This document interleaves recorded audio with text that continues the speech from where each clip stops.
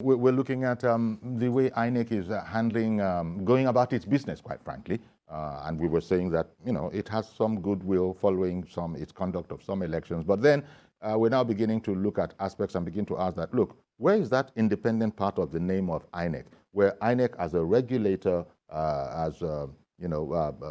should monitor and ensure that every aspect of the laws, especially the Electoral Act, are complied with. I did say that Mr. Festus Okoye has sought to sort of explain that there are issues between, nomenclature such as candidature and aspirants and that kind of a thing. But it's not washing very, very much with a lot of people.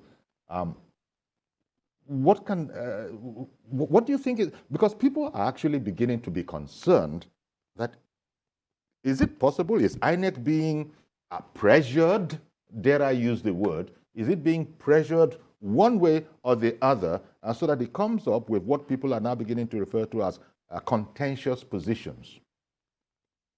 I have once appeared before a judge,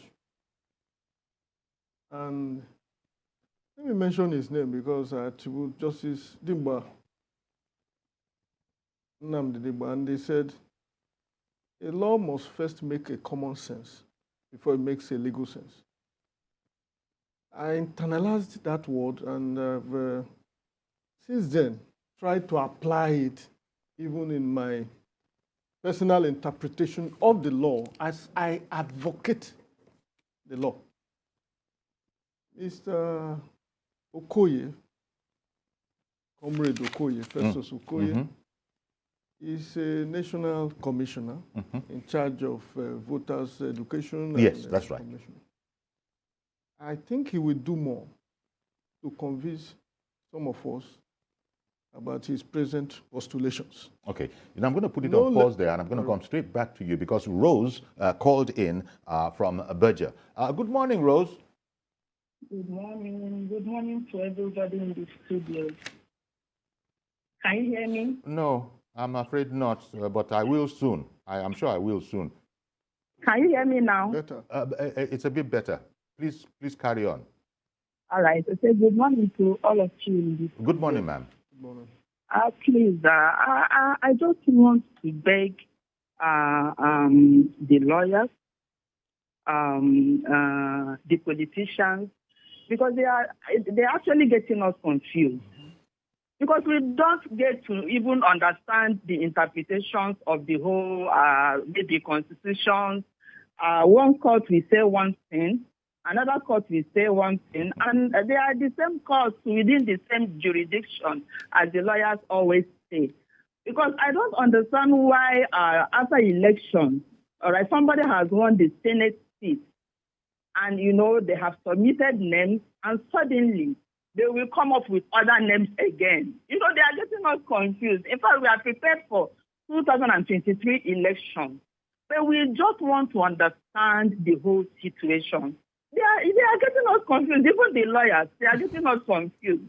Please make Nigerians understand what is going on. And to be honest with you, the INEC, they should be very, very careful with what they are doing, because we want to believe in them.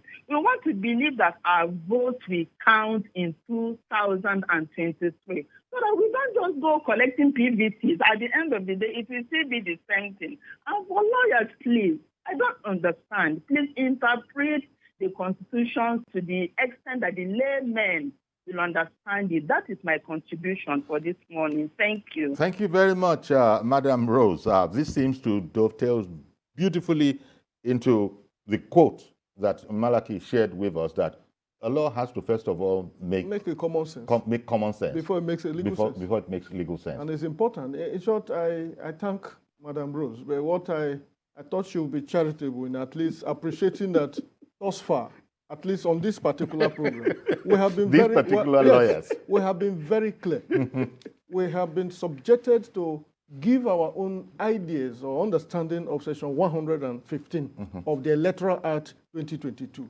And there's no ambiguity in what we are saying. That's what you are saying. It is that there is a mischief sought to be cured, and that mischief has found expression in Section 115, to the effect that no aspirant shall be permitted Or is to permitted. sign or purchase, sign 2 nomination forms in the same constituency. So why is INEC allowing it? So why then is INEC? So the confusion should go to INEC, not the lawyers this time. I need to defend them. But please, I think that we, as Nigerians, including Madam Rose, people are approaching this coming election with some degree of enthusiasm, believing as it were that we have suffered a lot of disenfranchisement, either by way of corrupt political activities or misapplication of the law. And at this time around, particularly judging from the surge in the collection of PVCs, we want our votes to count. And in that circumstance, there have been a build-up in favor of INEC, which is the goodwill you talked about, interpreting some of the innovations incorporated into the process to be very, very profound. Beavers, the transmission, electronic transmission, and so on and so forth. So this one, which is why I'm challenging my good friend and colleague, he should tell us more about what is happening. To what extent are we, even lawyers, supposed to understand a situation in which after the purchase, close of purchase of nomination forms, names submitted as required, names published, and you have yet another version of names that will substitute what the people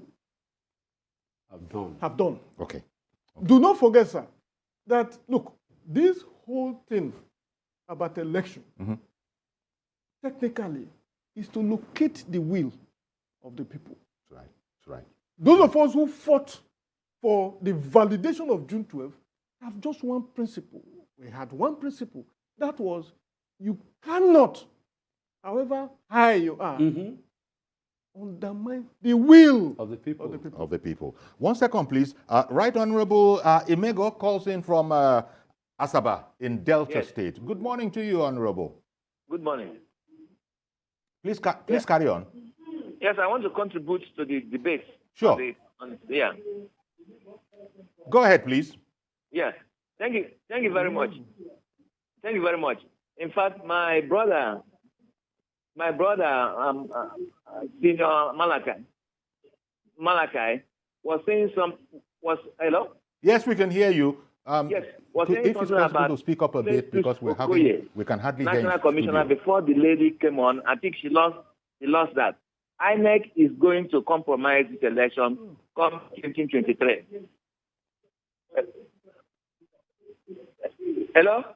Yeah, please carry on, please. Hello. I said INEC, President Okoye is not transparent. It's compromised. Delta State election, there was a court judgment against INEC, against PDP. Instead of INEC to obey court order, they were writing the party. When the party didn't respond, they should have uploaded the name of the candidate that the court ordered him to do. Rather, they have refused to upload the name. I'm an authority. In 2010, when I ran for an election, somebody who didn't contest, my party uploaded his name as candidate. Yes. 3 days to the election, while I was campaigning in the village, a court judgment was given in my favor. I just called my lawyer from Abala. Say, please, get the enrollment order and submit. He did. INEC uploaded my name.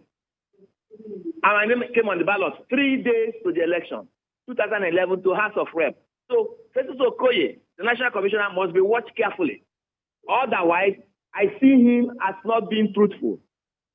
He comes to say, resident electoral commissioners are not members of INEC. How can that be?